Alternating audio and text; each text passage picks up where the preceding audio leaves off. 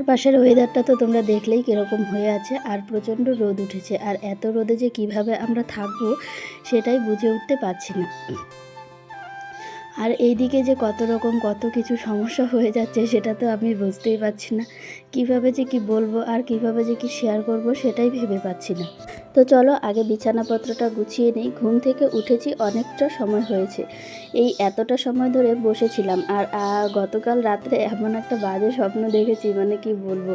এরকম স্বপ্ন আমি প্রায়শই দেখে থাকি, কিন্তু কালকের স্বপ্নটা একদম অন্যরকম ভয়ানক, তার উপরে হাস্যকর, মানে সব কিছু মিলিয়ে এরকম একটা বাজে স্বপ্ন দেখেছি। তো ঘুম থেকে উঠলাম, উঠে সুন্দর স্বাভাবিকভাবে আমি ফ্রেশ হয়েছি। অন্যান্য দিন কিন্তু আমার বাজে স্বপ্নগুলোর কথা আমি সবাইকে বলি, ভালো সব খারাপ সব কিছুই। তো আজকে আমি আর কাউকে বলিনি। কারণটা কি জানো তো, রোজ দিন এই স্বপ্ন দেখি বলি, আর দাদা বলে তোর মতো আজব স্বপ্ন কেউ দেখে না, এরকম বাজে স্বপ্ন তুই আর দেখিস না।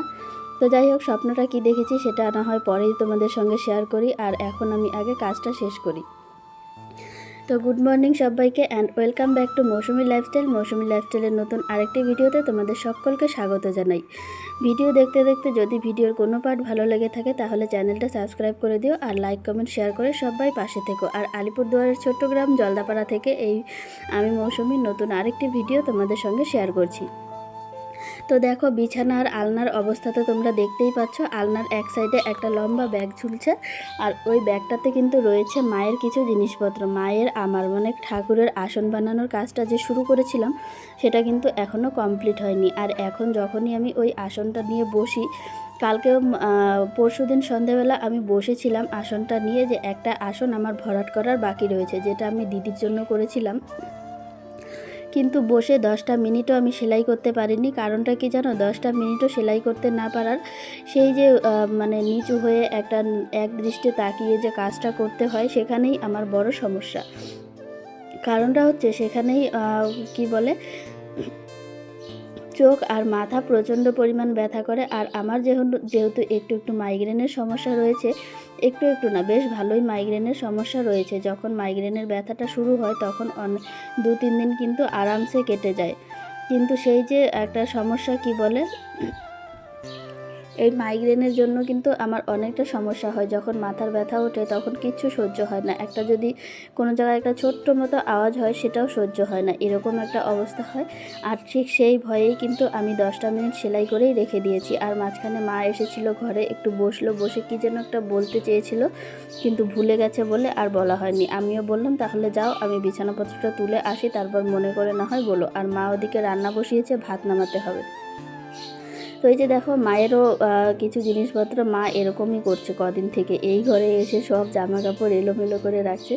এলোমেলো বলতে ওই যে শাড়ি টাড়ি সব কিছু যেগুলো ভেজা আছে সব আলনার ওপরে মেলে দিচ্ছে। আর আমার পাশ থেকে যে চড়ুই পাখির আওয়াজটা শুনতে পাচ্ছ সেটা কিন্তু একদম আমাদের বাড়ির। আমি যখন ভয়েস ওভার দিচ্ছি তখন কিন্তু এই চড়ুই পাখি আমাদের বাড়িতে বসে কিচিরমিচির করছে। ওরা আমাদের বাড়িতেই থাকে। এই যে 2-3 জন থেকে এখন প্রায় 15-20 জন, 20-25 জন এরকম পাখি হয়ে গেছে। সবাই যদিও আমাদের বাড়িতে থাকে না, কিছু সংখ্যক বাড়িতে থাকে, আবার কিছু সংখ্যক বাইরে থাকে, মানে বাড়িতে থেকে আমাদের বাড়ি থেকে অন্য কোথাও চলে গেছে এরকম। আর এখন যেহেতু আবার নতুন করে বাচ্চা হচ্ছে, ছোট ছোট পাখির বাচ্চা, সে কারণে কিন্তু এখন ওরা আরও বেশি কিচিরমিচির করে।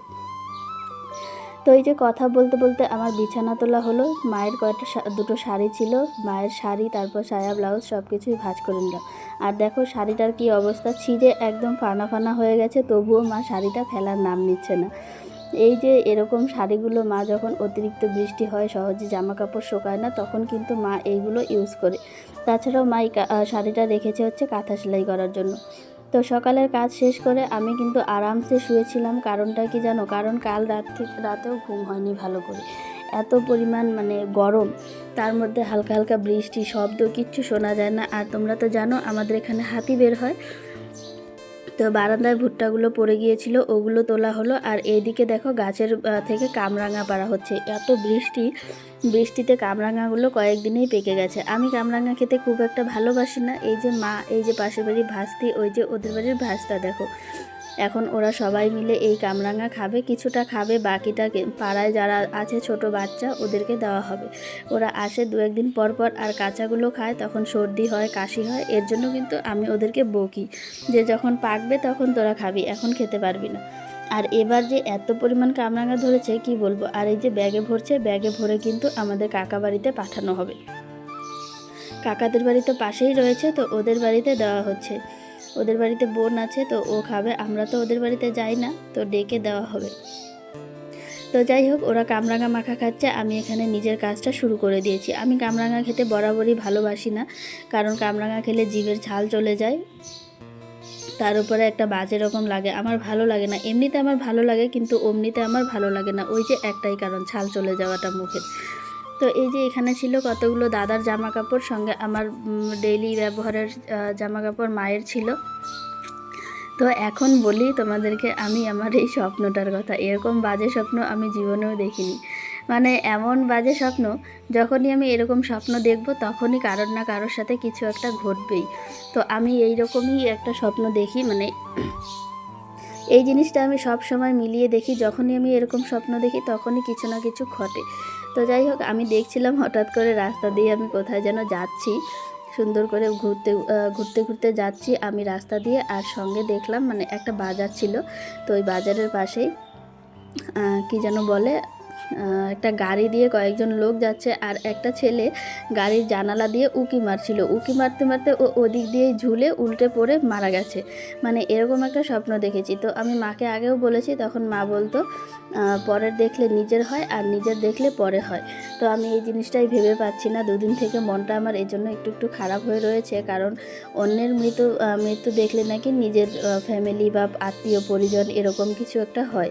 তো সেটা নিয়ে আমি ভয়ে আর টেনশনে আছি। এমনিতেই সবাই জানো কদিন আগে আমাদের দিদা মারা গেছিলো, তারপর শ্রাদ্ধ শান্তি সব কিছু গেল, অনেকটা ধকল গেছে, এখন আবার আমি ভয়ে আছি। সে কারণেই কিন্তু আমি এরকম স্বপ্নগুলো দেখলে খুব ভয়ে থাকি। আর এদিকে দেখো শোকেসটা ফাঁকা করছি, তার কারণটা কি জানো, আজকে শুধু এই জামা কাপড়েরই পালা আমার কাছে, আর কোনো কিছু নেই। শোকেসটা খালি করে শোকেসটা ওই ঘরে নিয়ে যাব, নতুন ঘরে। তোমাদেরকে তো আমি আগেও বলেছিলাম ওই ঘরে নিয়ে যাব। আর এই যে দেখো এখানে শাড়ি বের করছি, আর এখানে শাড়ির মধ্যে কিন্তু আমারও শাড়ি রয়েছে। এই যে পাশের বাড়ির বৌদি দেখছে আমার শাড়িগুলো, আমি বলছি বেশি দেখবা না, কিন্তু শাড়ি পুরনো হয়ে যাবে। তো এই যে শাড়ি বের করলাম, তারপরে যে জামা কাপড়, আমার বর্তমানে জামা কাপড়ের থেকে শাড়িটাই বেশি হয়ে যাচ্ছে, কারণ শাড়ির প্রতি আমার এত পরিমাণ আগ্রহ হয়েছে কি বলবো। জামা কাপড় এই যে এখানে সেখানে যাওয়ার, আর এখন যেহেতু বিয়ে বাড়ি সব জায়গাতেই শাড়িটাই বেশি ব্যবহার হয়, সে কারণে কিন্তু আমিও নিজের জন্য শাড়ি কিনি। এই যে গতবার পুজোতেও আমি ভেবেছিলাম জামা কিনবো, পরে বাবাকে বললাম যে জামা কিনবো না, আমাকে শাড়ি কেনার টাকা দাও। তারপরে কিন্তু আমি একটা বালুচরী সিল্কের শাড়ি কিনেছিলাম, আর তারপরে অর্গানজা শাড়ি কিনেছি, সেটা এখন দিদির কাছে আছে। এর আগেরও অর্গানজা শাড়ি রয়েছে, সিল্কের শাড়ি রয়েছে, হ্যান্ডলুমের শাড়ি রয়েছে, অনেকগুলো রয়েছে আমার, বেশ কতগুলো শাড়ি রয়েছে। আর এই যে এখন মায়ের সঙ্গে কথা বলছি, মা বলছে এখানে থাকলেই ভালো হতো শোকেসটা। আমি বলছি শোকেসটা এখানে থাকলে ঘরে ভালো করে জল দেওয়া যায় না, কারণ হচ্ছে শোকেসের পায়ার নিচে জল যায় আর শোকেসের পায়াটা খারাপ হয়ে যায়। তাছাড়াও কিন্তু ঘরের ব্যবহারের জন্য আমি অনেক জিনিস কিনি। আর জানো তো একটা কাণ্ড ঘটেছে, সেই কাণ্ডটা হচ্ছে গিয়ে আমাকে একজন বলেছে আমি নাকি কালকে আমি কয়েকটা কিছু টাকার ছবি দিয়ে কিছু টাকার ছবি দিয়ে না, কিছু টাকা হাতে নিয়ে একটা ছবি পোস্ট করেছিলাম ফেসবুকে।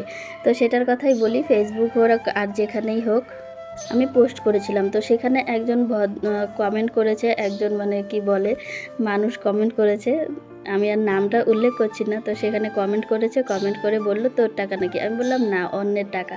তো সে বলছে না, আমি ভাবলাম তুই হয়তো নতুন করে ইনকাম করা শিখছিস। আমি বলছি যে না, আমি আগে থেকেই ইনকাম করি, আর যা ইনকাম করি তাতে কিন্তু আমার চলে যায়।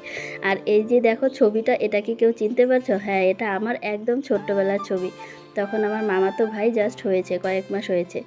তো সেই যে কমেন্টটা করেছিল, আমার দেখে সত্যি মনে মনে খারাপ লেগেছে। আজকে কম ইনকাম করি বলে হয়তো লোকে কথাটা বলতে পারে যে না এরকম তুই নতুন নতুন ইনকাম করা শিখছিস হ্যান ত্যান। তো যাই হোক, আমি তোমার উদ্দেশ্যে একটা কথাই বলে রাখি, আমি নতুন ইনকাম করা শিখিনি। আমি গত 1 বছর না, অনেক দিন হয়ে গেছে, যখন আমি কলেজে পড়ি তখন থেকেই আমি ইনকাম করি। আগে আমি টিউশন পড়াতাম, এখন আমি টিউশনটা পড়াই না, কারণ টিউশন পড়াতে গেলে অনেক ঝামেলা হয়, আর এই বাচ্চাদের পেছনে প্যা পু করতে করতে আমার বিরক্ত লেগে যায়। তো আমি অনেক যত্ন সহকারেই পড়াতাম, যে 3-4 জনকে আমি পড়াতাম অনেক যত্ন সহকারে পড়াতাম, আর তাদেরকে পড়িয়ে আমি আমার টিউশন ফিসও দিয়েছি।